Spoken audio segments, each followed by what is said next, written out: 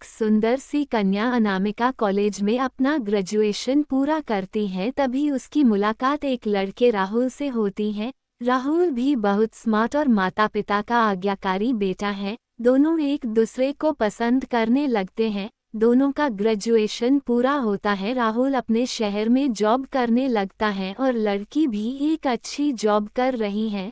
दोनों ने निर्णय लिया कि अब माता पिता से शादी की बात करने का वक्त आ गया है, लेकिन परेशानी यह है कि दोनों की कास्ट अलग अलग है। अनामिका ब्राह्मण है और राहुल राजपूत। राहुल के समाज में दहेज बहुत जरूरी है, जो कि नकद में होता है। उसके अलावा कई तरह के गिफ्ट्स और गहने की भी मांग की जाती है। राहुल ने अनामिका को ये स्थिति स्पष्ट की और कहा, घर वालों को मनाओ, अगर तुम सभी मांगे पूरी करवाती हो तो मेरे माता पिता तुम्हें पलकों पर बैठाएंगे।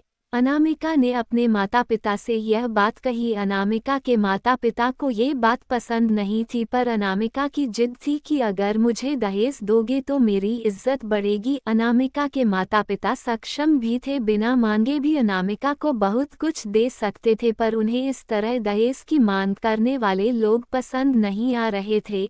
लेकिन माता पिता अनामिका की खुशी चाहते थे। उन्हें ये डर था कि कहीं उनकी बेटी ये ना सोचे कि वे अपनी बेटी को कुछ देना नहीं चाहते, इसलिए उन्होंने सभी शर्तें मानी। शादी में राहुल को कार, फ्लैट, फर्नीचर के साथ 50 लाख नकद दिए गए, साथ ही अनामिका को गहने भी दिए गए और सभी रिश्तेदारों को गिफ्ट्स और कपड़े भी दिए। शादी बहुत धूमधाम से की गई, कोई कमी नहीं छोड़ी गई। अनामिका को मन ही मन ये गुमान था कि कास्ट अलग होने के बावजूद माता पिता ने उसकी शादी ससुराल के हिसाब से की। अनामिका को विश्वास था कि उसे बेटी बनाकर रखा जाएगा, उसे वही प्यार दिया जाएगा जो उसके माता पिता ने दिया, क्योंकि उसने अपने ससुराल का मान रखा है। अनामिका ने अपने घर से ससुराल विदा ली। ब्राह्मण कन्या राजपूत घर की बहू बनी। ससुराल में बहुत ज्यादा पर्दा प्रथा थी।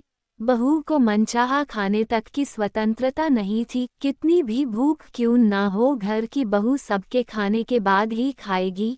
यहाँ तक कि उसे घर के पुरुषों के सामने बैठने तक की इजाज़त नहीं थी। अनामिका ने इस बात पर इतराज दिखाया, पर उसकी किसी ने ना सुनी। राहुल ने भी यह बोलकर मुंह फेर लिया कि यह तो परंपरा है।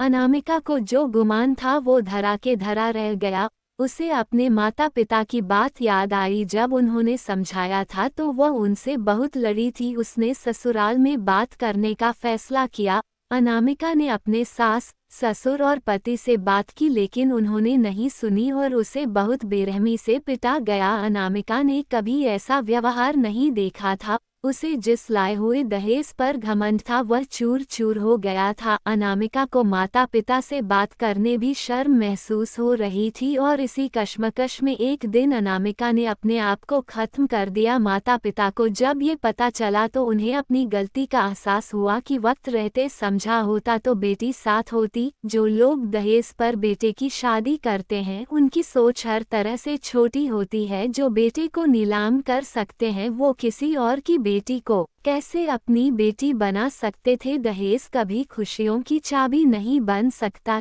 ये बात सभी को समझनी होगी।